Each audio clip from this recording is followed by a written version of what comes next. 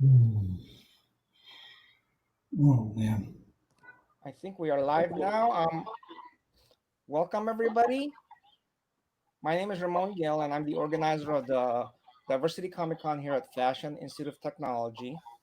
And today we are very honored to have as our keynote speaker, Shawn Martinbrough.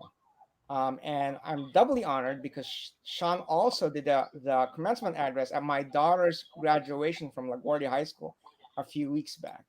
And so I'm getting a double whammy here. I'm getting a double dose of Shawn. So I'm very excited. Just a little background, the Diversity Comic Con started 3 years ago. It's funded by the Diversity Council at Fashion Institute of Technology.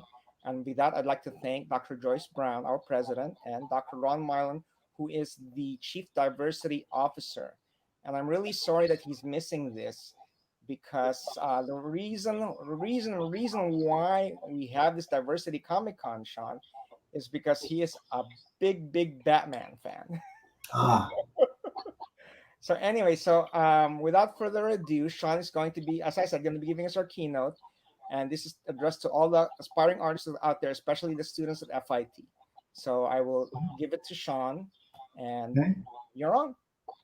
Thanks, Ramon. Hello, everybody, and thank you for having me. It's an honor to be invited to speak at the Diversity Comic Con, sponsored by the FIT Council on Diversity.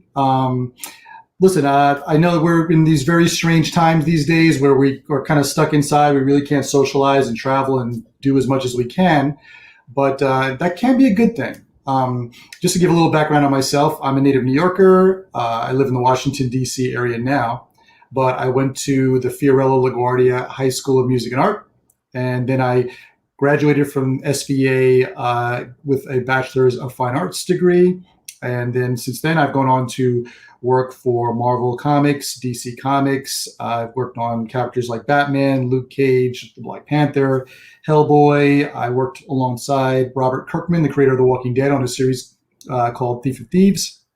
And pretty much, I've been pretty fortunate to be working as a professional artist ever since I graduated college, which is can be a little bit of a tricky feat. But I think one of the exciting things I think about for you guys is that, right now you're sort of at the beginning. And that's a very exciting time as an artist. I remember back when I went to SVA.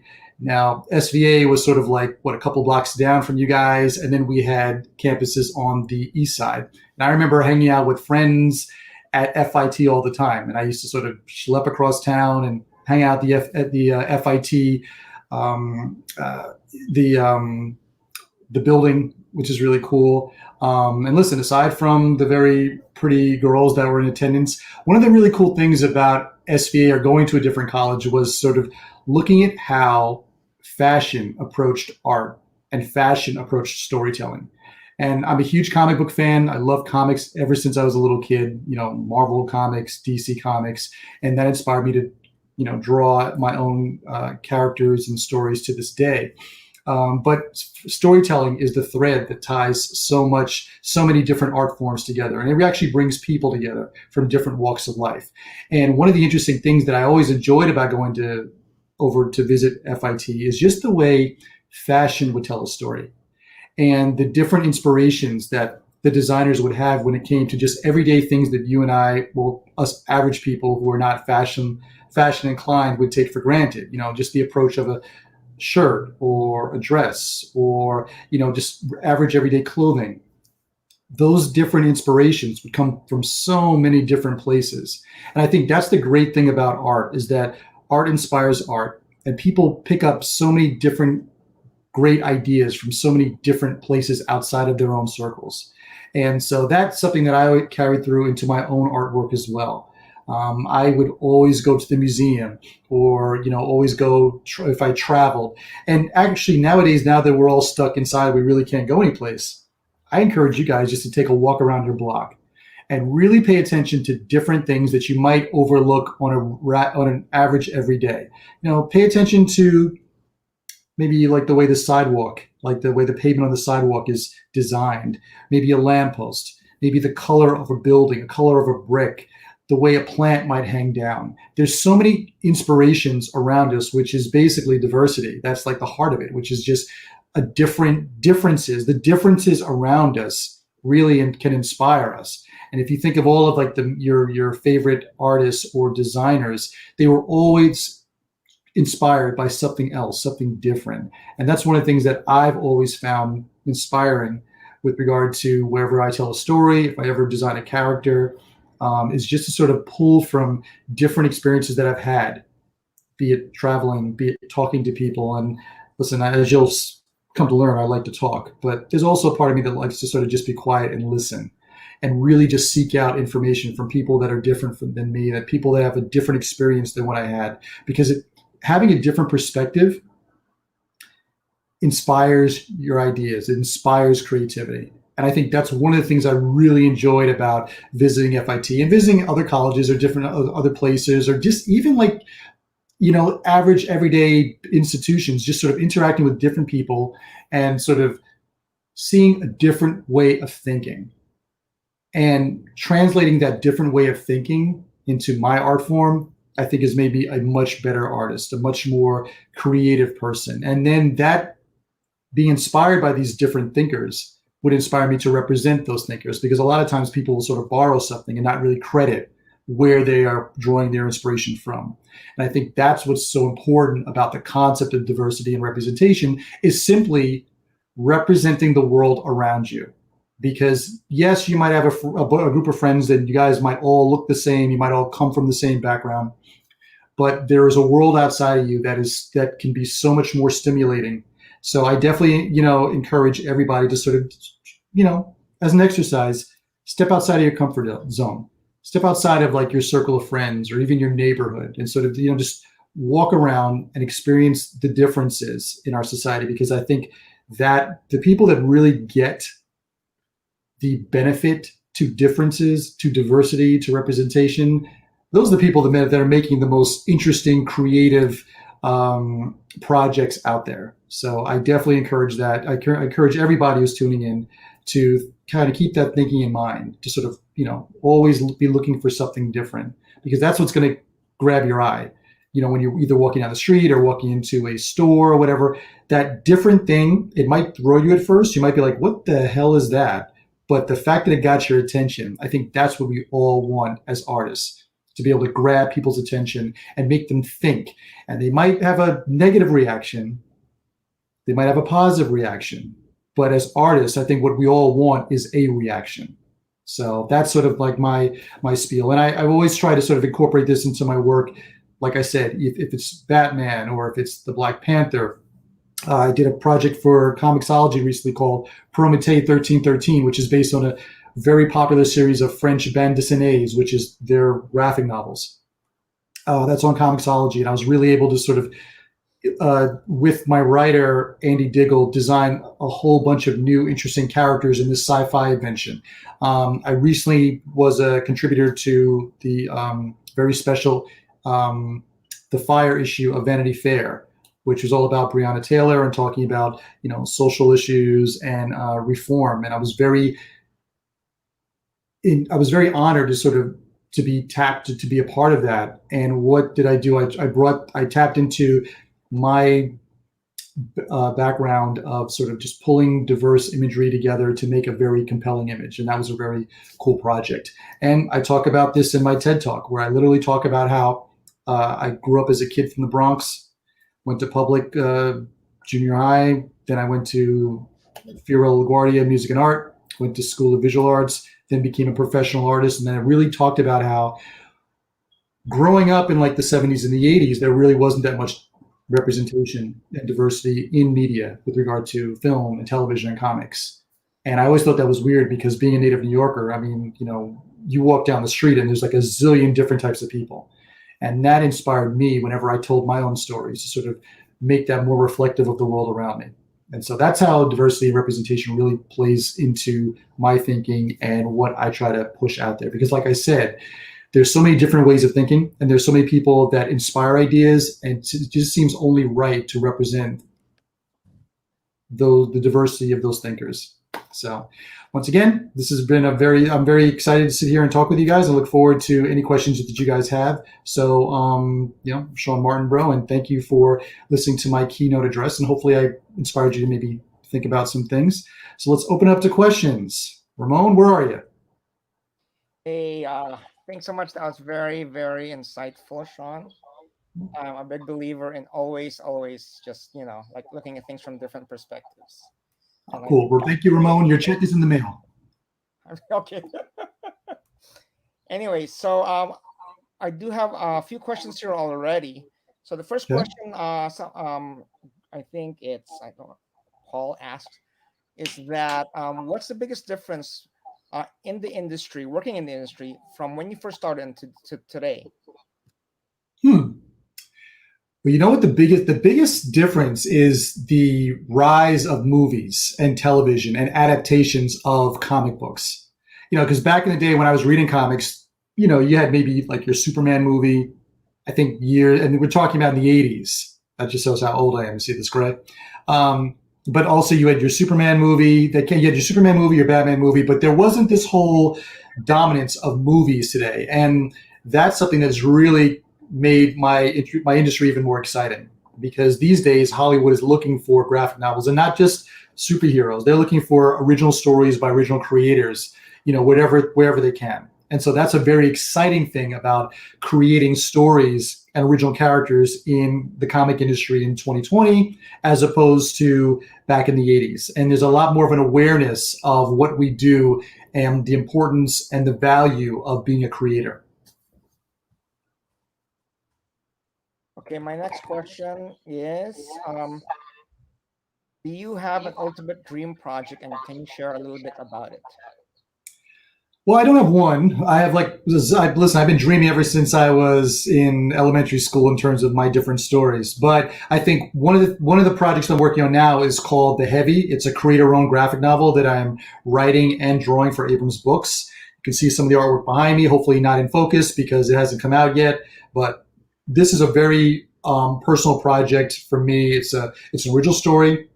It's a contemporary crime noir story that I think it touches on a lot of interesting themes that I find interesting. And so that's something that I'm working on, in addition to other projects that are in various stages of development and deal making. So yeah, so actually I have to say, like, knock on wood, I'm living the dream right now.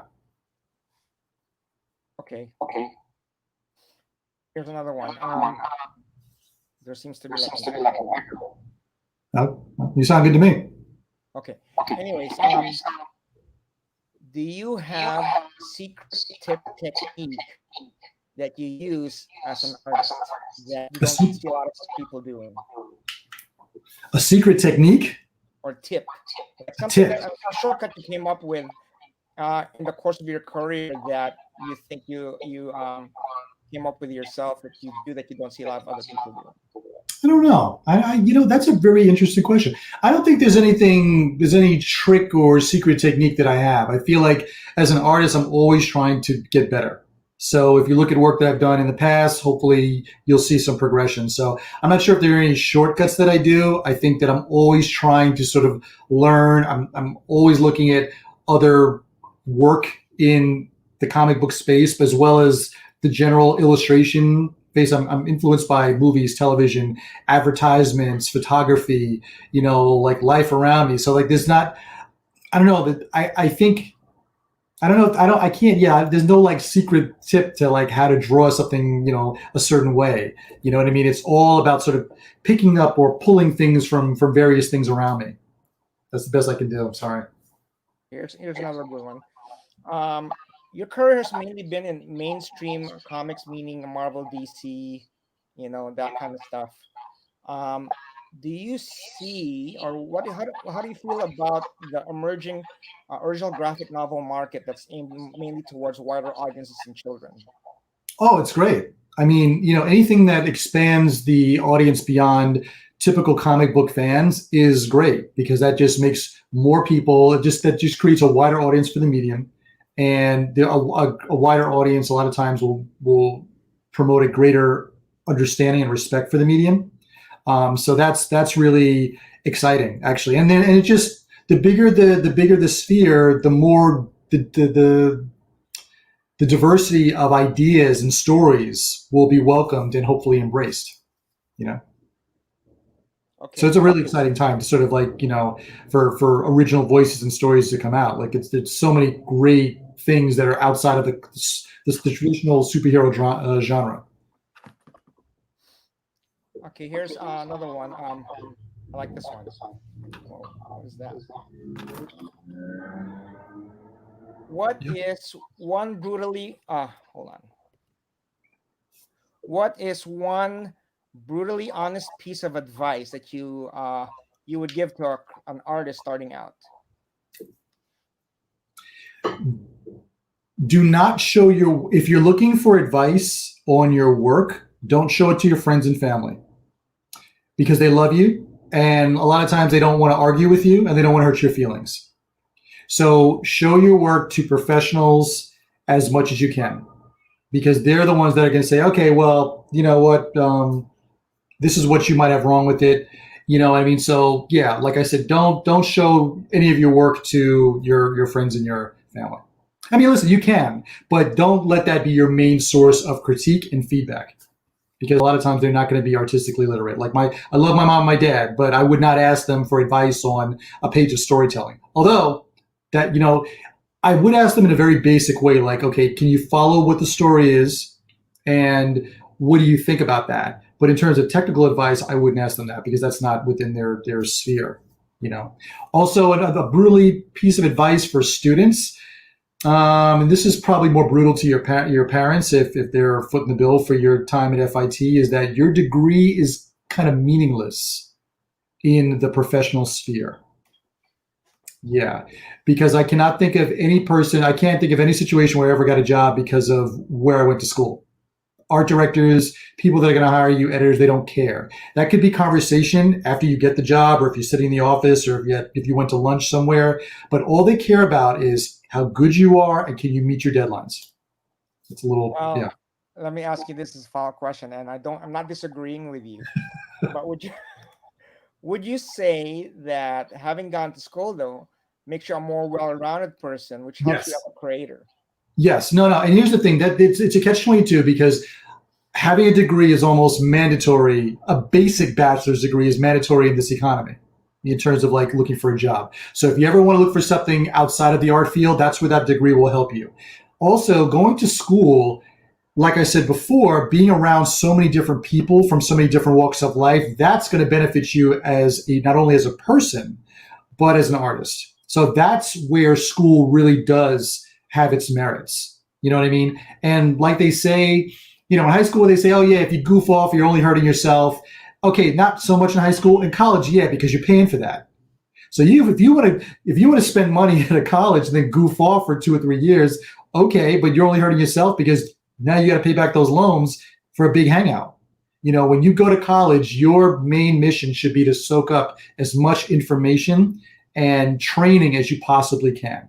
So really, your degree is so on you with regard to what you get out of it. But when you walk into an office to get a job, they don't care about your degree.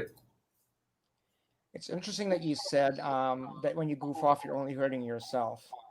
One of my students recently shared an amazing golden nugget with a class. And what she said was, somewhere out there, someone is waiting to read your story. So by goofing off and by not telling your stories, somebody's missing out. Somebody might really need to hear your stories, and if you're not working towards that goal, you're depriving somebody. And I thought that was kind of a nice little inspirational message there. Yeah, I think there's a lot of truth to that. And I think that also, if you're goofing off, someone else is going to take your slot. Yeah. I mean, seriously, like the amount of competition that is out there for artists is insane. So if you're goofing off, there's someone else that's working on their craft. And so you're only hurting yourself, because if you're not at the level that they're at, then you're not going to be able to compete. And you're not only competing with the people in your classroom at FIT, you're competing with every other art student in Manhattan. You're competing with every other art student around the world. You know what I mean? And outside of America, they really take art seriously. You go to South America, you go to Europe, you go to Asia, you find some of the most amazing draftsmen and women. So yeah, the competition level is really high. So that's something that you want to consider if you're goofing off. Now, listen, I mean, I'm all for goofing off. Sometimes we all need a break, but you can never lose sight of the fact that this is a competition. Yeah. Here's a question from Rob. I see behind you that your style is very much black and white with very little shading. Mhm. Was this a natural progression or a definite decision? Yeah, I think it was a natural progression. I think that when I was growing up and reading comics, I loved so many different artists with so many different styles. But then as I got a little bit older, I started sort of settling into one particular approach that really gravitated to me. And that was more of like a stark, high contrast, noir type approach that you could find in Alex Toth or Milton Caniff or Frank Miller or Mike Mignola or David Mazzucchelli. And to me, that type of approach really influenced how I would compose images. So yeah, I mean, although like I got my degree in painting in School of Visual Arts, and my actual first professional work was fully painted work for Marvel. I was doing fully painted illustrations. I did a fully painted graphic novel, but that's kind of expensive, so they kind of phased that out. So then I really started inking, and I really just started, working in black and white a lot more, and that was sort of the natural progression to the point where I was, suggested that I put out an art instruction book, which is How to Draw Noir Comics, the art and technique of visual storytelling, which is really a window into how I see things in black and white and high contrast and using shadow and light to create dramatic images. You actually alluded to this already just now, but how did you break into the industry? Well, way, way, way, way, way back in like 1992, when there was only one comic book convention in town, and that was the New York Comic Con. And this is way before the internet was invented. So we artists had to put photocopies of our work into leather-bound portfolio cases that we would schlep around and show to people to get work. And one of the places that you could show people your work was the New York Comic Con. And Marvel and DC, they would send editors, they would have booths there, and they would send editors there to look for new talent. And so I went to the New York Comic Con, I had my portfolio, I waited on a line at Marvel, and I showed my work to an editor, and he liked what he saw, and he gave me his card and said, give me a call. And so I called him, went in for, I met with him, and he gave me my first professional, fully painted work.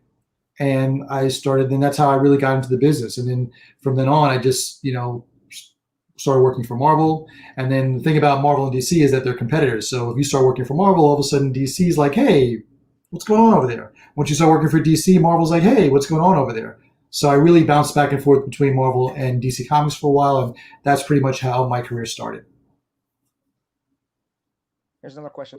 Have you ever worked with any of your heroes? I think what they mean by heroes is like other creators, not necessarily superheroes.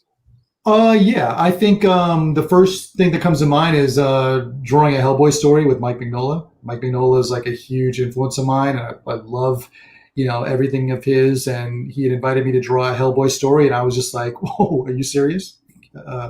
Yeah, that was amazing. Right now, on my graphic novel that I'm doing for Abrams Books, I'm working alongside veteran letterer John Workman. And for those of you who don't know, lettering is its own art form that I think doesn't get as much credit as it deserves. John Workman worked alongside Walt Simonson on his classic Thor run in the 80s. And for all of you civilians, those Thor movies that have made like $1 billion, a lot of that stuff is based on that run of Walt Simonson's from the 80s. And John Workman was his letterer, and he did some of the most amazing fonts for that. And so to be working with him on my words, the script that I wrote, and seeing him, translate my words into lettering it just blows me away. And then whenever he gives me a compliment on the storytelling, I'm like, get out of here, John, are you serious? Thank you so much. So I think I just working with different people that you respect has been really fun, and then when, if you get like an accolade or a compliment from those people, you're like, whoa, are you serious? Like, you're you. You mentioned that you're working on this graphic novel for Abrams. So what's the difference between working for Marvel slash DC and working for a traditional publisher like Abrams? And I just don't mean just contract wise, but also process wise and just the whole relationship thing. You know what? It's not that different. So, for example, when I did the deal with Abrams for my graphic novel, I had to. It's a 160-page graphic novel, so I had to write a 160-page script first, which they had to approve, and that was actually really pretty seamless. I mean, I got thrown off schedule wise by like some personal life stuff. But once I got into the groove of writing the script, they were really happy with it. They gave me very minimal notes and they approved it, and now I'm drawing it. Contrast that with I was approached by the Batman office to write a 2-part Red Hood story, which is coming out in November. They actually asked me if I'd be interested in writing and drawing a Red Hood story, but I told them I'm too busy drawing, but I'd be interested in writing something. So I pitched the editor the idea, and he went for it. I was really surprised that he just was like, okay, cool. That sounds great. And I gave him, I think I did like maybe 1 or 2 drafts with him, but that was really interesting and cool to work with an editor that, knows his salt. Ben Abernathy is a shout out. Ben's been really great to work with. So yeah, it hasn't been that different. I mean, the only thing is the big difference is that I'm working with an established character with regard to like the DC Comics stuff. Although I am introducing a bunch of new characters that I'm creating and introducing to the Batman DC universe.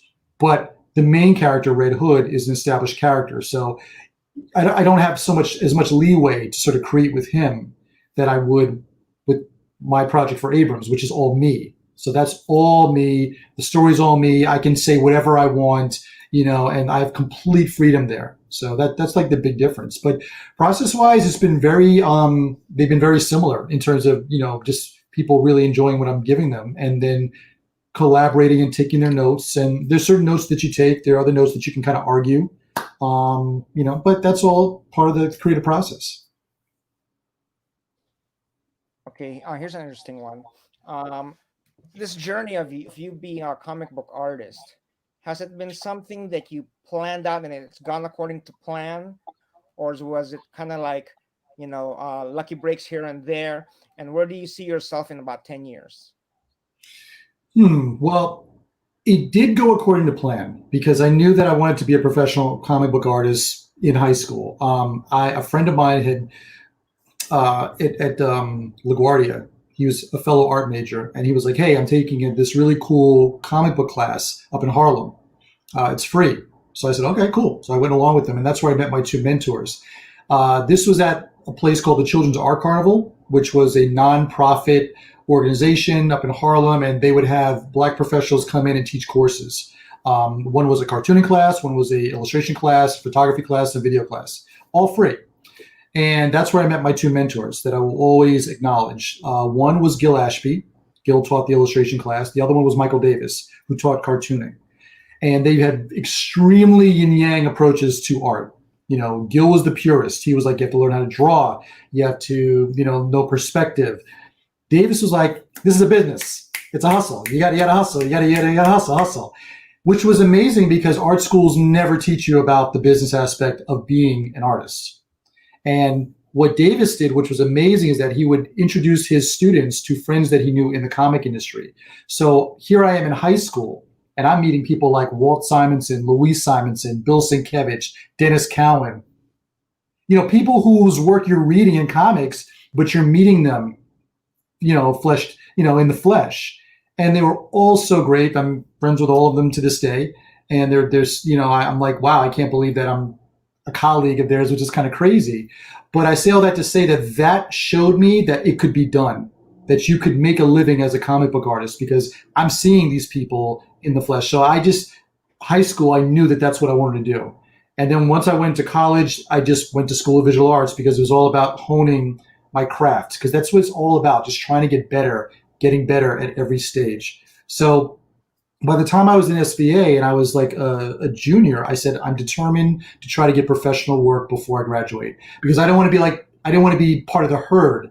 So I didn't want to be looking for a job when everybody else is looking for a job right after you graduate in senior year. So I was determined to sort of get a head start on that, which is why I started showing my portfolio around when I was a junior. And then I got my first professional work when I was a junior in college.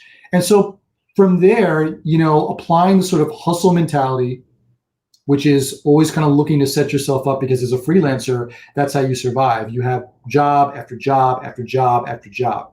Because if there's a gap, then there's a problem when you have to pay your rent. So, you have to constantly be thinking ahead. But then you apply the other purest part, which is the get factor, which is you want to hone your craft, get better. And of course, listen, nothing ever works out according to plan. There are times where work was thin, where I wasn't getting work. And then that forced me to have to diversify and look for work outside of comics. And that was a really great move. And that's really what inspired me to do my an art instruction book, How to Draw and Art Comics, because I knew that being a published author would get my style out to people outside of the comic industry. And that led to so many different opportunities with regard to people approaching me to either lecture or appear at conventions or do projects that are outside of comics. So now I work in comics and I work outside of comics. And my dream is always to tell stories on a greater scale. So I love to draw comics. That's where it started. So that's what I'm doing now. But then it's beyond comics, which is television, animation, film. And that's what I'm segueing into as well. Got it. There's a lot of advice, professional advice right there. But the next question is actually, do you have any other business advice? You talked about brutally honest advice, and your keynote was something inspiring to students. But what other advice can you give on the business side of being an illustrator or a comic book illustrator? Okay, dealing with contracts. Do not get over your fear of lawyers. I think every artist should work with a lawyer to review your contracts, because we live in a world of laws, and laws are written by lawyers. And unfortunately, a lot of times that's something else that we're really not taught in art school, which is navigating contracts and doing that kind of business. So what I would suggest is to make a relationship with a lawyer that you can work with, so that if you're in a situation where you're offered a job, you have someone that can read that contract and look out for you and protect your rights. Also, to make sure that you get paid, because I've heard many stories, and luckily, knock on wood, I have not experienced any of this, but many times you'll hear the stories where someone did a job and they didn't get paid for it. And I'm like, well, did you have a contract? And like, well, no. And that's what contracts are for. They are to sort of legally bind someone to doing what they are committing to do. And if you're going to spend time to work on an art piece for them or design, then you need to have some kind of recourse to get paid. So that's number one, to sort of build a relationship with a lawyer that you can have to review your contracts. Second thing is to really overcome this fear that most artists have when it comes to valuing your work. This is something else that we're not taught in schools, but this comes to negotiating. A lot of us are like, well, people will say, well, okay, well, I'm looking for an artist. What do you charge? And that's an old dance that, so I'm always like, well, what's your budget? And that forces them to start with a number. And then you always have to ask for more. And as an artist, you have to get comfortable asking for more, and negotiating and saying, listen, this is what I'm worth and this is what I want. And so getting in that negotiating mindset is so key. This is going to sound like a joke, but I recommend this to everybody. There's a series on Bravo television called $1 Million Listing. Now, listen, I love watching these shows because it's interesting looking at the different houses that are on the market, but it's all about real estate agents that sell property, and they have $1 million listing New York, they have $1 million listing LA. The reason why I suggest watching this, and a lot of this is for the camera, but these real estate agents are always negotiating on prices of property. And getting in that mentality of negotiating is something that can be extremely, extremely important for an artist. So just getting in the habit of negotiating and asking for more, because, you always got to figure you ask for more, because if you're negotiating, you're going to kind of meet in the middle somewhere. And so those are the 2 points that I definitely would suggest. Create a relationship with a lawyer that can help you review your contracts, and get into the habit of negotiating when it comes to asking for money, and get over that fear that we artists tend to have about asking for too much or maybe devaluing what we think our art is worth. Great. I think that's all that we have time for. All right, you sure?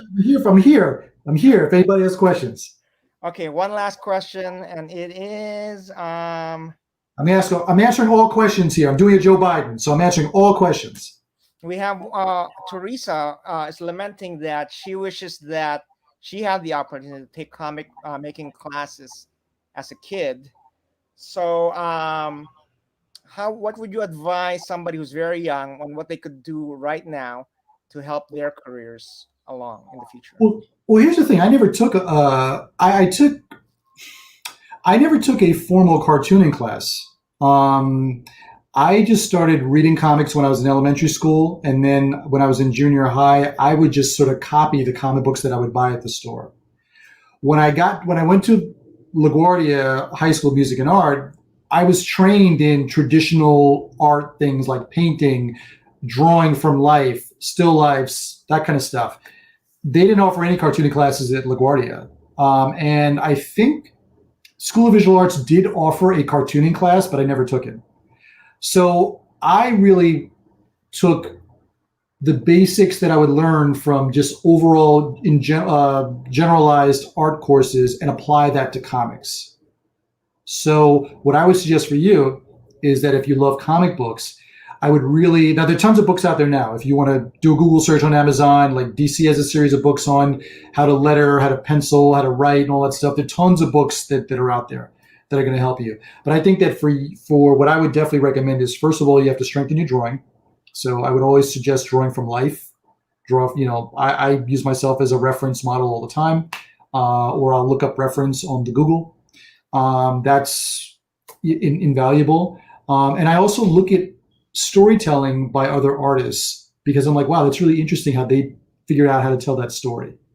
So that's a great learning technique. So I would definitely say a combination of practicing drawing from life and then looking at how other people tell a story is probably better than, if you want to track down a cartooning class and spend the money on that, you can. But I think that those are two of the foundations that I think will serve you very well. And let's do one last question. We're doing all the questions, Ramon. All the questions. I wish. We're limited for time. But here's a good one. Any advice for somebody who is getting to comics later in life?